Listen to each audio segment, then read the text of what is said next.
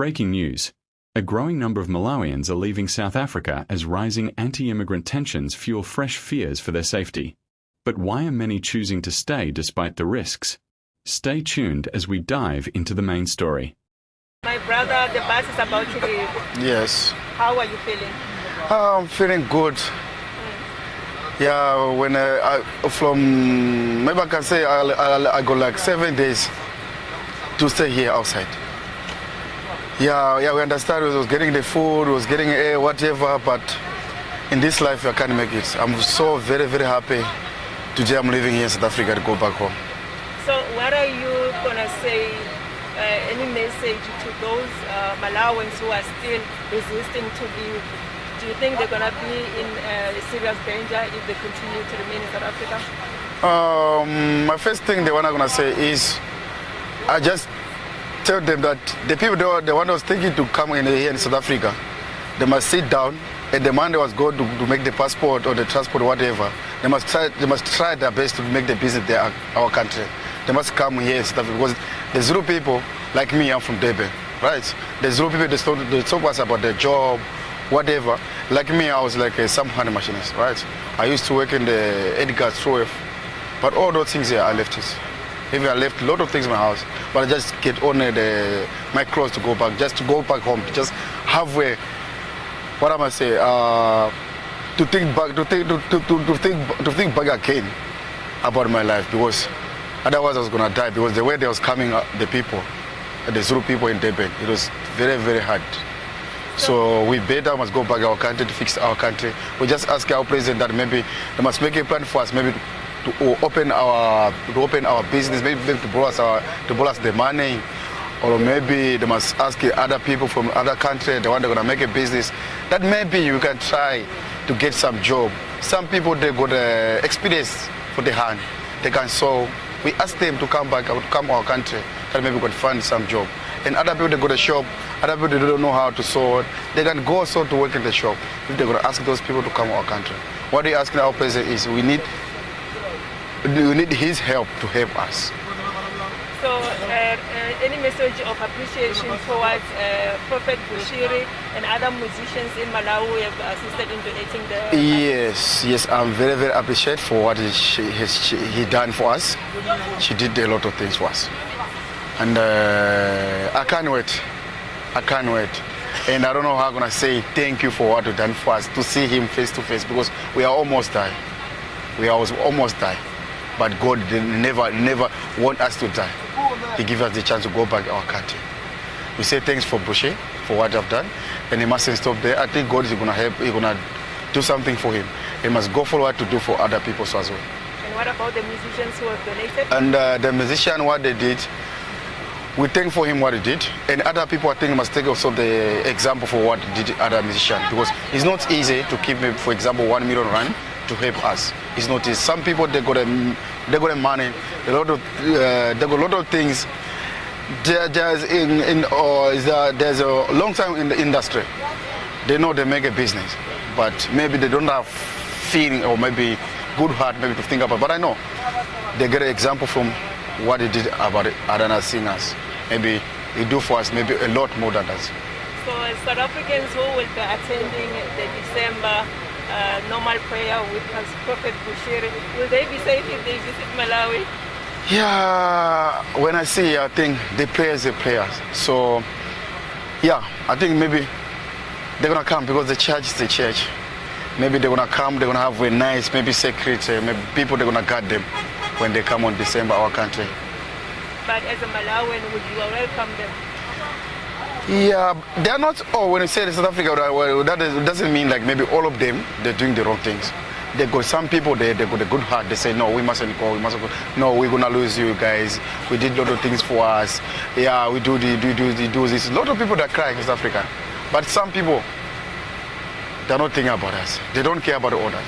Like he say, other men, he say he was having work payment. Me too, I was having work payment. Like I say, I was working in the big companies. Having the work payment, but now it doesn't count about order. They say no, you guys, you need to leave. We don't care about it because you are from Malawi. Thank you so much. The decision to leave behind the life you have spent years building is never an easy one. Imagine waking up one morning, looking around at the place you have called home, the job that has helped feed your family, the friends you have made, and the routines that have become part of your daily life. Then imagine realizing that, because of growing fear and uncertainty, you may have no choice but to pack a few belongings and begin a journey back to a country you left behind years ago. For many Malawian nationals living in South Africa, that difficult choice is becoming a reality. As anti-immigrant protests continue to raise tensions in parts of the country, increasing numbers of Malawians are returning home. Yet while many are boarding buses organized through government repatriation programs, thousands of others remain caught in a painful dilemma. They are asking themselves one difficult question: is it safer to stay and risk becoming caught in rising hostility, or return home and face the possibility of unemployment and poverty? This is more than a migration story.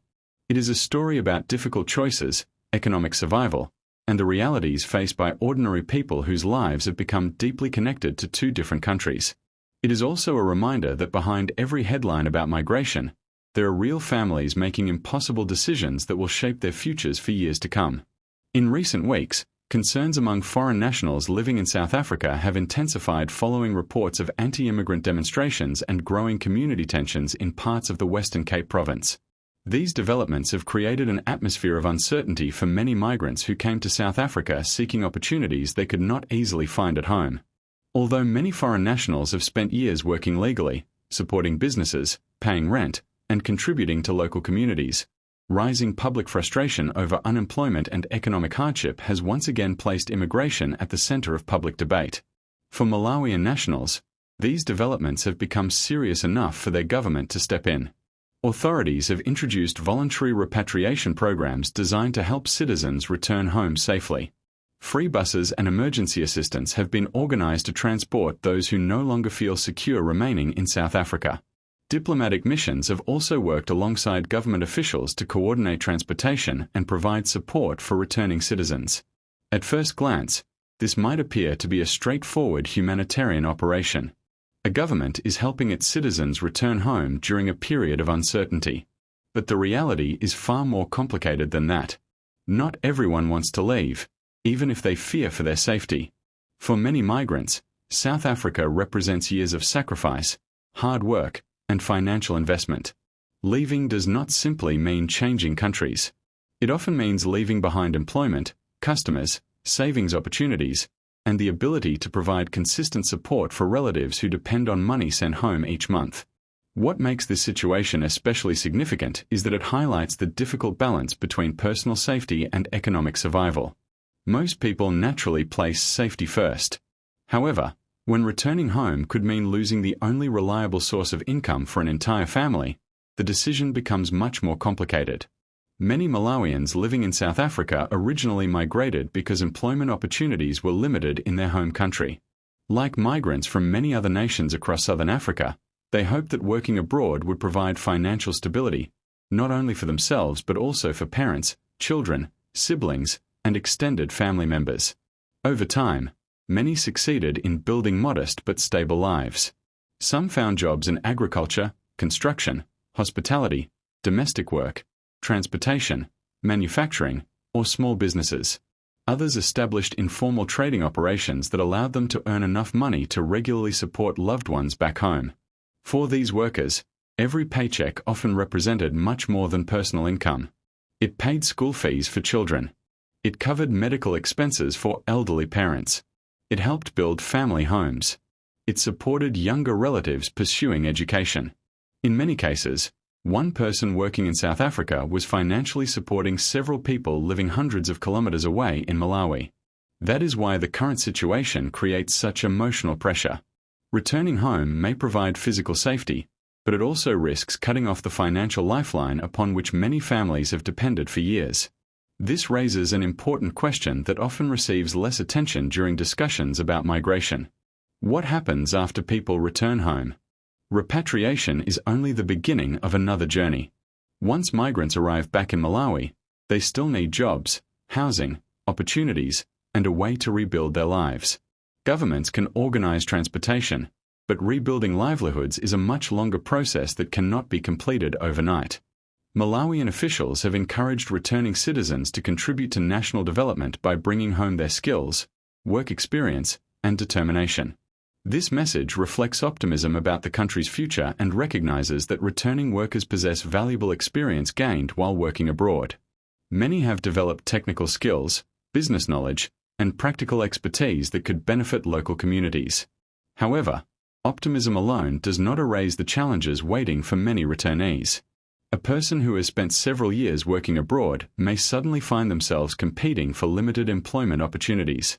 Others may discover that wages available at home are significantly lower than what they previously earned. Some may attempt to start small businesses, but doing so requires capital, customers, and favorable economic conditions. This explains why many migrants remain hesitant to leave despite increasing safety concerns.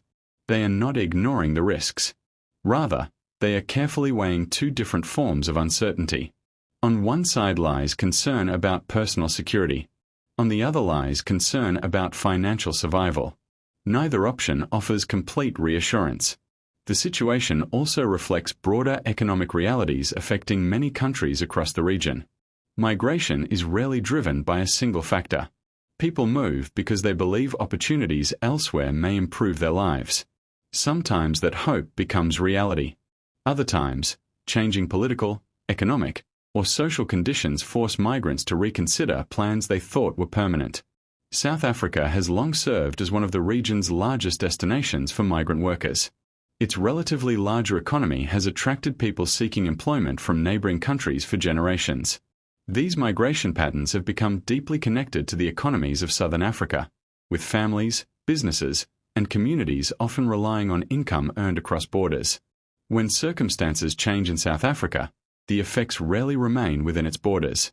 Neighboring countries also feel the impact. Families waiting for remittances may suddenly lose financial support.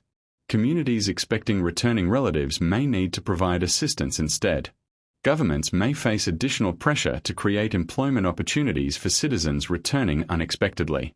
This demonstrates how interconnected regional economies have become. A challenge affecting one country can quickly influence neighboring nations in ways that extend beyond politics and into the everyday lives of ordinary people. Another aspect worth considering is the emotional burden carried by migrants during moments like these. Migration often requires enormous personal sacrifice. Many individuals spend years separated from spouses, children, and parents while working abroad. They endure loneliness because they believe temporary hardship will create a better future for their families. Now, many face another emotional challenge. Returning home may bring families back together, but it could also mean admitting that carefully built plans have been disrupted by circumstances beyond their control. There is also the question of identity. After spending years in another country, many migrants develop connections to both places. They remain proud of their homeland while also becoming familiar with the communities where they have lived and worked abroad. Leaving is not simply changing locations. It often means leaving behind friendships, workplaces, neighborhoods, and routines that have become part of everyday life. For those choosing to remain in South Africa, the uncertainty continues. Many hope tensions will ease and that they can continue working without interruption. Others believe leaving immediately would create greater hardship than staying. Every family's circumstances are different, meaning there is no single answer that fits everyone. One of the most important lessons from this situation is that migration cannot be understood through simple assumptions. Behind every statistic are individuals making complex decisions based on family responsibilities, financial realities, safety concerns, and hopes for the future. These choices are rarely easy, and they often involve weighing risks that outsiders may never fully appreciate. As events continue to unfold, governments, communities, and humanitarian organizations will likely continue searching for ways to support those affected. Safe transportation is one important step, but long-term solutions require addressing employment, economic development, and opportunities that reduce the need for people to choose between personal safety and financial survival in the first place. For many Malawian nationals, the coming weeks may become some of the most important of their lives. Some will begin rebuilding their futures back home. Others will continue hoping stability returns so they can remain where they have established livelihoods. Whatever decisions they make, each choice reflects courage in the face of uncertainty. And perhaps that is what makes this story resonate far beyond the borders of Malawi and South Africa. It reminds us that migration is ultimately about people pursuing better lives, protecting their families, and making difficult decisions when circumstances suddenly change. As this situation develops, the world will be watching not only how governments respond, but also how thousands of ordinary families navigate one of the hardest decisions they have ever had to make. As this situation continues to unfold, many families will be hoping for safety, stability, and lasting solutions. We'll keep bringing you every important development. For trusting South African news and analysis that matters, subscribe now and turn on notifications so you never miss an important update.